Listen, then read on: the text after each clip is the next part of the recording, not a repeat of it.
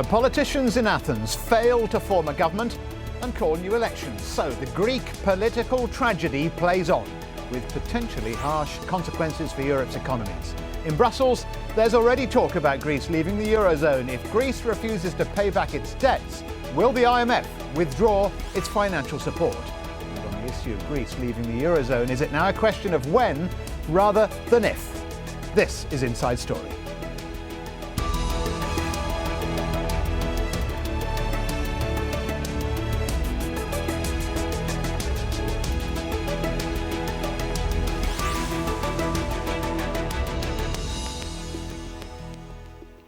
Hello and welcome to Inside Story.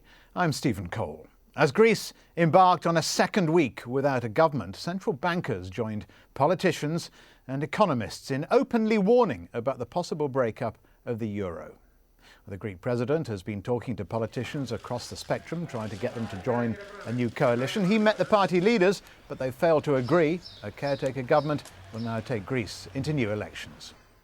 So let's take a closer look now at what Greece is supposed to pay back. It's been bailed out twice so far. The last May, as fears over a default grew, Eurozone countries and the IMF agreed on a $145 billion bailout loan. It was conditional on the implementation of harsh austerity measures, but many haven't been implemented and the financial situation has little changed. In October, Eurozone leaders agreed to a second bailout amounting to $167 billion. It was again conditional, not only on another round of harsh austerity measures, but also on getting all private creditors to restructure their Greek debt. So, will Greece be forced to quit the Eurozone, or will they leave in a managed departure? And to answer those questions, I'm joined by our guests in London, Vincenzo Scarpetta, researcher at Open Europe, an independent think tank calling for EU reform. Also in London, George Kratsas, teaching assistant at University College London, and in Barcelona, David Liozane, economist and former advisor to the former president of Catalonia. Thank you all, gentlemen, but we're going to go to Vincenzo first. Greece is without a functioning government, and European politicians are now openly talking about Greece leaving the euro. Is that a more likely option since the last inconclusive election? Well, it is certainly an option now, and it is important to stress how the possibility of a country leaving the Eurozone was described as absolutely unthinkable 2 years ago when the Greek crisis first broke out. But now there have been several hints at the possibility of Greece having to leave the Eurozone. And today's talks on the possibility to form a government of technocrats, possibly backed by a broad political majority, have collapsed. So the scenario now is Greece going to new elections again. So there will be new elections probably as early as mid-June, and it is by no means certain, though, that these new elections will provide for a stable majority. So the option of Greece leaving the Eurozone is an option, is on the table, is being openly discussed now by European politicians, and it's a possibility, it's a concrete possibility. David, could the Greek political and economic crises drag down other economies already in trouble, like Spain and Portugal? Well, I think we've already seen that for the past 2 years, contagion has not been contained to Greece. It has led to an intervention in Ireland. It's led to an intervention in Portugal. It's led to technocratic governments in Italy and later back in Greece. And in Spain, we're seeing that it's adding to market pressure, and it's calling into question the solvency of the entire Spanish financial sector. For sure that this is going to spill over in an economic sense. And in a political sense, I think it's also relevant to mention, because these past Greek elections saw the election of neo-Nazi parliamentarians, a political force that has been perpetrating acts of violence against people on account of the color of their skin, or the place of their origin, or simply on account of their sexual orientation. And these xenophobic tendencies, I think, are spreading around Europe on account of the economic course of action that has been pursued. Here in Spain, we've seen how the Partido Popular government is planning on denying healthcare benefits to immigrants who find themselves in an illegal situation, which is to say they're going to create a public health risk on account of their discrimination, because communicable diseases do not discriminate. although the government of Spain at this point has begun to do so. So obviously political or economic uncertainty leading to political uncertainty. George, what, if any, would be the impact of Greece falling out of the euro? And is it likely Greece would be pushed or at the least encouraged to leave? Well, under the last elections, during the last elections, we saw a fall of the traditional pro-European parties and a rise of extremist parties, some of which are indeed in favor of Greece leaving the euro and the EU altogether. Now, under the current situation, no party can form a government without the support of at least two more political groups. Indeed, lack of government will lead to more instability and eventually will force Greece to exit. However, I do not think that this scenario is likely to materialize. And the reason for that is because Greeks overwhelmingly want to stay inside the Eurozone.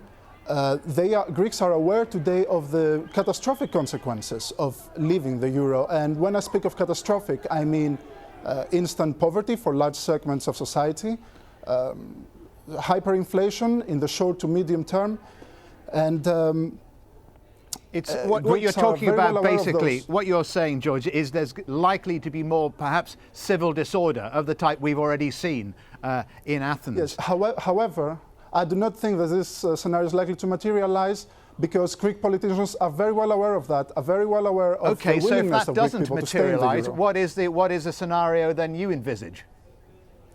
Well, there are very large segments of society that that call for a more lenient rescue package. And I dare to say they are right both politically and economically to do so. It was the failed policies of the first rescue package that led us to this current situation. It did not manage to lower Greece's borrowing costs.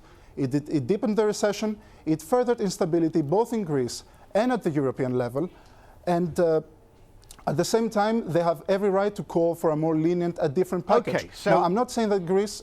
I'm not saying that Greece should not term his terms of the agreement. I'm just saying that it should be given some breathing space in order to restore growth and inspire some You're basically saying they need less austerity. We'll come back to that. Aside from Greece, let's take a look at other countries that have been given bailouts. This is what we're talking about. In May 2011, Portugal became the third Eurozone country to receive an EU IMF bailout, totaling $100 billion. The government responded by adopting a range of austerity measures. They included a 5% pay cut for top earners in the public sector, 1 percentage point increase in the value-added tax, and income tax rises for high earners. In 2010, the IMF granted Ireland a bailout worth $100 billion. Last year, it added another $5 billion. Government spending was cut, with all public servants supposed to take a 5% cut. And as Italy's debts rose to almost $2.5 trillion, the Berlusconi government adopted harsh austerity measures. Again, they included increases in healthcare fees, cuts to family tax benefits. The next Prime Minister, Mario Monti, then added more austerity measures, including higher taxes for the wealthy. Vincenzo, European voters, as we've seen, don't seem to be backing austerity. That's George Kratsas's point. 4 elections in 2 weeks, Greece, Italy, France and Germany. All the electorates have voted against austerity measures. European voters falling out with austerity. Has Brussels got it wrong? Well, the thing is, we are seeing what's very much the German vision of the future of the Eurozone and the management of the Eurozone crisis, which is being challenged by a series of votes in European countries, because of course austerity never goes down well with the population. The thing is, it's something that more austerity in the short term is not good for growth.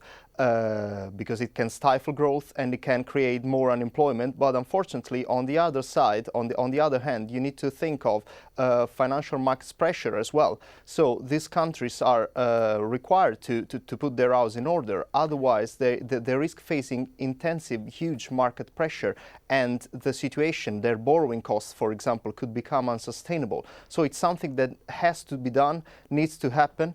Of course, it's something that can be discussed, that can be talked about. There can be, it can be made more tolerable. Countries can be allowed probably more time to do that. But austerity is something, putting their house in order is something that they need to do in one way or another. David Lezane, Spain, Greece, they have to swallow the tough medicine because otherwise there isn't an alternative? I disagree entirely. I think that the mistake is to see this as a crisis of individual countries, as a Greek crisis, as a Spanish crisis, as an Irish crisis, what have you, when we actually have here a European crisis. It's as a result of failures at the European level, failures of coordination and policy failures, that we're not seeing a definitive solution. We're seeing countries fall right now one by one, and I think the solution to the shared problems of the continent, especially its financial sector and the pressure on the sovereigns, would be for coordinated action in a fiscal sense, and also a European Central Bank that should be much more aggressive, let's say, in stopping the spread of contagion and stopping this pressure on all the sovereigns. And George, is the new left-wing star of Greek politics, Mr. Tsipras, is he gambling that the European Union, the ECB, Brussels, Ms. Merkel, they can't afford to kick Greece out of the euro, whatever happens in Greece? Well, Mr. Tsipras is not entirely gambling. Let's remember that many people who voted for Mr. Tsipras are moderates, are pro-European, pro-EU voters. In the same way that people who vote for extremist parties are not necessarily always in line of their beliefs. I should remind you that the Communist Party, for example, which advocates leaving the Eurozone and leaving the EU, still it's reported to have 50% of its electoral body being pro-EU. So what Mr. Tsipras is trying to do at the moment... It's not a question of pro-EU and anti-EU, is it? Mr. Tsipras wants to rip up what he calls the terms of the bailout agreement, because he's calling it a criminal agreement. So Greece, in the form of Mr. Tsipras, refusing to swallow the medicine. Well, Mr. Tsipras has had some really harsh rhetoric in the past, which has been cut down recently in the letter he sent to EU actors, Mr. Van Rompuy and Mr. Barroso. He's talking of re-examining the strategies of the European bailout. Now, let's remember, Mr. Tsipras, even if he comes first in the next elections, he will still be far from a majority. The latest polls project him to have about 27% of the votes. He will still need the support of other political groups to do any meaningful reforms, which is what the Greek people want at the moment. And Vincenzo, European policymakers say Greece will be forced from the Eurozone if it reneges on the bailout. But the politicians, they wouldn't let that happen, would they?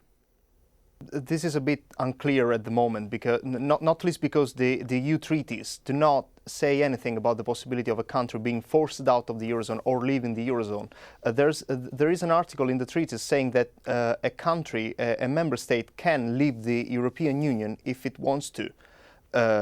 So the situation here looks really uncertain. Of course, rhetoric is one thing, politics and reality is another one. So going back to the point that George made, I think I would say that I can still see some room for some sort of compromise agreement, provided that Greece manages to have a government, a functioning government in place. So, because if you look at what Eurogroup Chairman Jean-Claude Juncker has been saying, European politicians are not completely closed to the possibility of giving Greece more time to meet its deficit targets. So I can still see the possibility for a compromise that could well be sold by Tsipras and others as a political victory at home.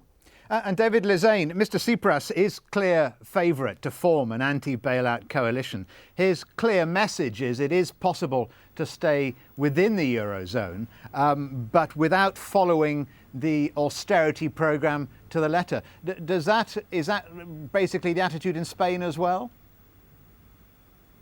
I think we're in a bit of a different situation, because in Greece, they've been in a depression for 5 years now, and it's hard to see really just how much worse it can get. I think that the social despair has reached an incredible level. In Spain, while we could perhaps employ the same sort of brinkmanship, it's clear that an intervention or some sort of European bailout would involve even greater levels of austerity and even greater levels of social suffering.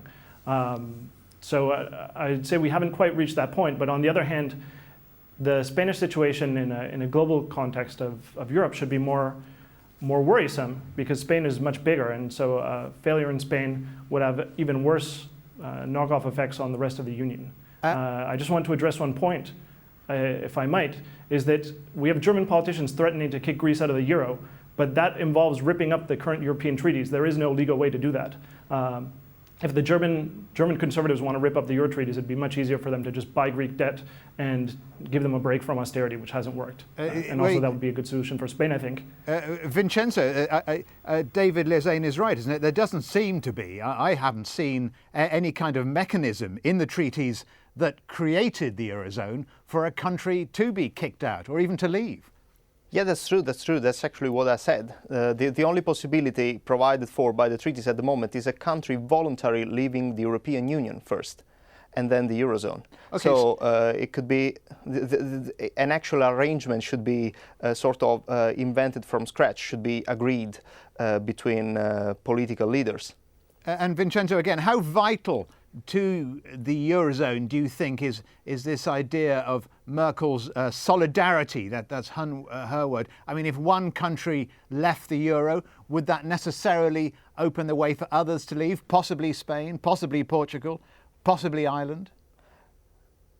It would create a precedent. It's not the thrust of the declarations recently being made, especially by top German politicians, is if Greece were to leave the Eurozone, we could manage, we could handle it because it's a small economy. This is indeed true because Greece is relatively small compared to the rest of the Eurozone and the rest of the EU.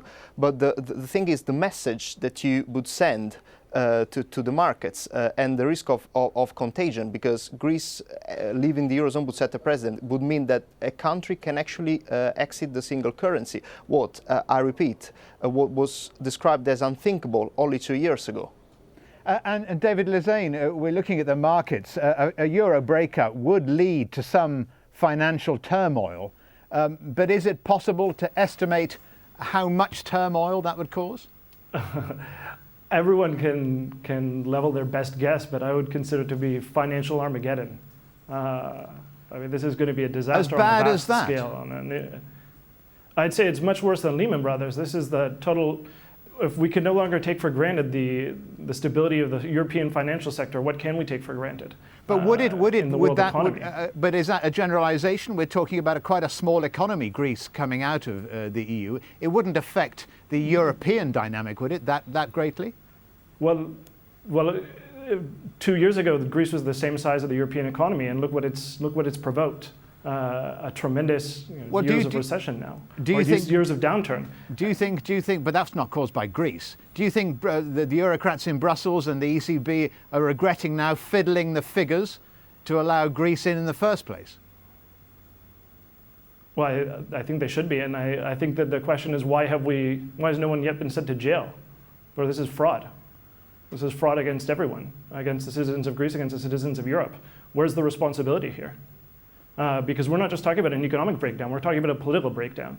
We're talking about the end of 70 successful years of, let's say, peace and greater cooperation. A country leaving the European Union, that would be a tremendous setback. The political catastrophe, I think on the order of the last big event of that nature was the breakup of the former Soviet Union. George Kratsas, do you see a financial Armageddon if Greece comes out of the euro? Well, this is certainly an unprecedented situation, so it's difficult to predict the exact impact of a euro exit. However, we can say with certainty that an exit of Greece's exit could push those banks that hold Greek debt over the edge, thus forcing the European Central Bank to step in and recapitalize them. At the same time, it could make citizens of other troubling economies, such as Portugal, Spain, lose faith in their own banking system, thus further destabilize the European banking system. Overall, it is estimated by the Institute of International Finance that over 1 trillion would be the cost of Greece's exit from the Eurozone. Indeed, we cannot afford to make experiments like that because stability has a price to pay as well.